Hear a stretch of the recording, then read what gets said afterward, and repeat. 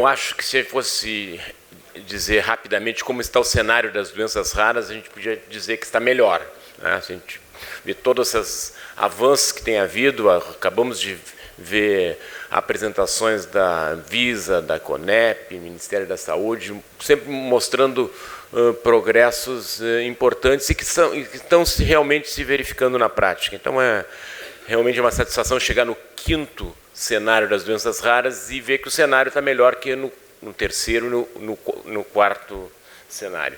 Eu sou lá da genética da URCS, trabalho no Hospital de Clínicas de Porto Alegre e tenho essas iniciativas, participo dessas iniciativas do Instituto Genética para Todos e da Casa dos Raros, que eu vou mencionar mais no final. Então, vou só brevemente falar das doenças raras, número de distribuição dos pacientes, dificuldades para o diagnóstico, o caminho para o tratamento, o impacto no sistema de saúde e desafios e perspectivas. Não vai levar mais de 1h30, não se preocupe. Eu definindo doenças raras, então já vimos extensamente isso, são definidas pela prevalência, né?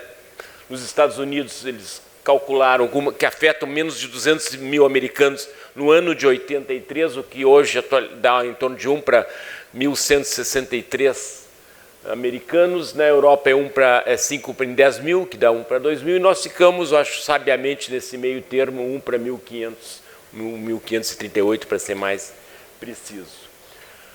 Número de distribuição dos pacientes com doenças raras. Quantos são as doenças raras? A gente ouve falar muito em números, 6 mil, 7 mil, 8 mil. No ano passado foi publicado um estudo que tentou definir mais precisamente isso, e eles chegaram a 6.172 condições clinicamente únicas, já conhecidas. Então, provavelmente é maior do que isso. Essas são as, com certeza, já identificadas, né? Então, acho que quando se fala 6 a 8 mil, está muito próximo da realidade, porque isso exclui subtipos, exclui grupos de doenças, né?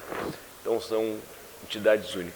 Genéticas ou não genéticas. Esse mesmo estudo mostrou que 72% podem ser classificadas como genéticas e 28% ficariam como não genéticas. Essas não genéticas são condições, formas raras de câncer, condições, doenças infecciosas raras, condições imunológicas e endócrinas também raras e algumas outras situações.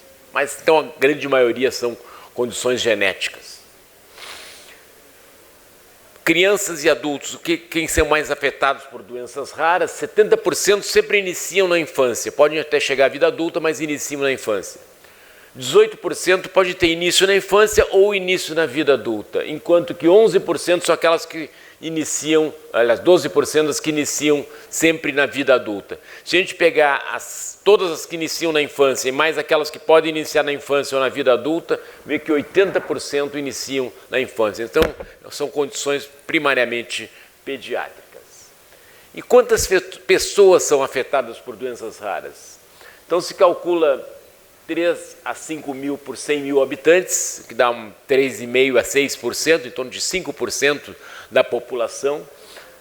Isso dá no mundo 260 milhões até 440 milhões. A gente usa o número médio de 350 milhões de pessoas afetadas no mundo. E a gente vê que se a gente pegasse uma área mais como a União Europeia, a gente tem 17 a 30 milhões, é muita gente, mas é uma parcela muito pequena da população. Se somar a União Europeia e a América do Norte, ainda assim vai ser uma parcela pequena, né? Então, a grande maioria dos pacientes com doenças raras está nos países em desenvolvimento. No Brasil, se calcula, então, 7 a 12 milhões, né? E a gente, acha que quando fala aí 10, 12, 13 milhões, está muito próximo da verdade, né? Do número que nós temos. 5% da população no Brasil seriam 11, 12 milhões de pessoas, o que está dentro dessa faixa. Dificuldades para o diagnóstico, né, é algo que a gente está diariamente enfrentando, né? Esses desafios para o diagnóstico, elas são doenças muitas e são raras, há pouco conhecimento por parte dos profissionais de saúde para levantar a hipótese de doença rara, porque tem a necessidade de coletar a informação necessária, os detalhes clínicos, a árvore genealógica, os resultados de exames de laboratório, exames de imagem, testes funcionais, tudo isso precisa no processo diagnóstico. E precisa de investigação especializada, exames citogenéticos de cromossomos, as partes de genética bioquímica, genética molecular e mais outros testes, né? E os pacientes muitas vezes necessitam viajar longas distâncias para chegar a um serviço de referência em doenças raras. E quando não vai o paciente, tem que ir às amostras, e as amostras têm que ser transportadas com uma certa logística que tem dificuldades de remeter em gelo, ou às vezes até em gelo seco para chegar congelada, e às vezes quando vem uma amostra de outro país vizinho, se tem problemas para cruzar a fronteira e se pode perder a amostra nesse período em que ela fica em inspeção sanitária e tem essas dificuldades aí. E para o tratamento, qual é o caminho para o tratamento? O caminho para o tratamento tem a questão que já foi colocada aqui muitas vezes, a questão da importância do manejo multidisciplinar das doenças raras e a importância do treinamento apropriado dos profissionais de saúde para o manejo dessas doenças raras. E um manejo especializado às vezes é necessário, também já foi comentado aqui a questão do transplante para algumas condições, a questão da terapia de reposição enzimática, a questão da terapia gênica, né? São procedimentos especializados, né, que tem que ser dado em serviços que estejam habilitados para isso. E aí, por isso, centros para o tratamento das doenças raras são necessários. Qual o impacto no sistema de saúde, né? Um impacto que nós temos visto aqui também ao longo dessas apresentações, se pensar em 350 milhões de pessoas no mundo, apenas 15% vão estar em países que têm, assim, mais condições econômicas para enfrentar essas doenças, que é a América do Norte e a Europa. A maioria dos países, dos pacientes, está em países em desenvolvimento. E esses países têm que enfrentar um processo diagnóstico que é difícil e geralmente de alto custo, envolve às vezes testes de sequenciamento ou testes de análises enzimáticas, e exige profissionais treinados, né, para esse processo, tanto para o diagnóstico quanto para o tratamento. E esse tratamento específico, muitas vezes com esses transplantes ou a questão da terapia de reposição enzimática, terapia de redução de substrato, terapia gênica, são procedimentos de alto custo. E são necessários, então, centros especializados para o diagnóstico e manejo das doenças raras, e eles devem ser estabelecidos, e isso está realmente dentro da política, né, do Ministério da Saúde de credenciar esses serviços de referência. Já tem, acho que, 16 credenciados no Brasil no momento. Mas, certamente, mais recursos para o diagnóstico e tratamento das doenças raras, especialmente nos países em desenvolvimento, são necessários, né?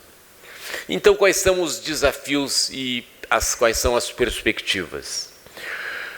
Uma questão é a falta de conhecimento sobre doenças raras, né? Isso, o que a gente pode pensar? Aumentar o tempo de ensino sobre doenças raras nos cursos médicos, nos cursos de enfermagem, de biomedicina.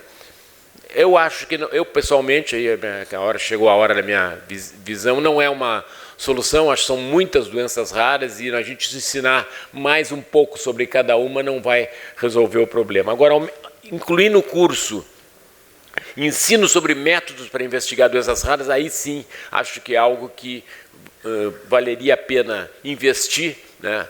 Ter o médico saber, quando se defronta com uma situação, como ele vai trabalhar, qual é o caminho para essa investigação. Inclui a história familiar, inclui a questão da questão de, por exemplo, de combinar sinais e sintomas.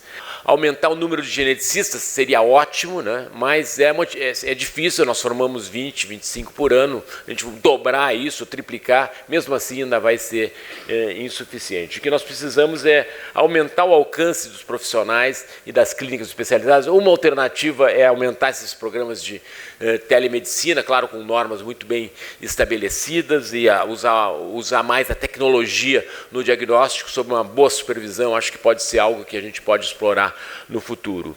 E em relação aos testes especializados, a importância de ter laboratórios de referência, né, que são equipamentos de alto custo, exigem expertise do time para poder interpretar esses exames. Por exemplo, nosso exemplo lá de Porto Alegre, nós recebemos amostras de todo o Brasil para fazer diagnóstico, e isso é algo que eu acho que contribui bastante e pode ser multiplicado, né, se houver um investimento nessa área. E a necessidade de treinamento de profissionais, médico também já foi comentado, não só dos geneticistas, mas também dos pediatras, aconselhadores genéticos, uma questão muito importante, orientação remota para os profissionais que estão treinando que estão tratando de fato os pacientes nos seus locais, é algo também que pode ser se investir e se melhorar a situação em todo o país. E finalizando assim, então, os centros de referência para diagnóstico e manejo, eles são importantes, programas para doenças não diagnosticadas é algo muito importante ser desenvolvido, ter centros especializados em diagnóstico e tratamento e centros satélites que possam estar vinculados a esses centros especializados. Em relação ao custo para o sistema de saúde, a parceria entre os diversos atores é urgentemente necessária, e a gente está vendo aqui nesse evento já isso na prática, né? Profissionais de saúde, pacientes e familiares, autoridades de saúde e a indústria farmacêutica juntos tentando achar soluções, né? Isso é realmente o caminho, né?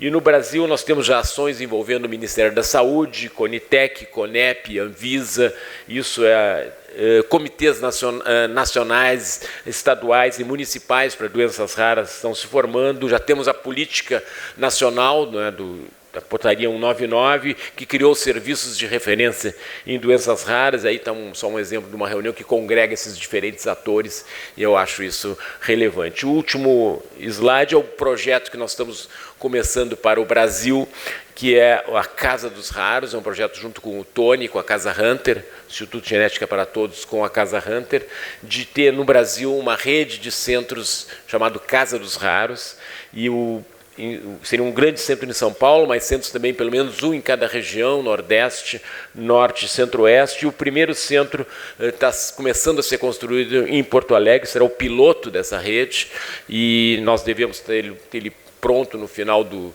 ano que vem, e ele vai ser o modelo para depois se construir um grande centro em São Paulo, que já foi mencionado aqui outras vezes, e também outros centros em outras regiões do país. Muito obrigado.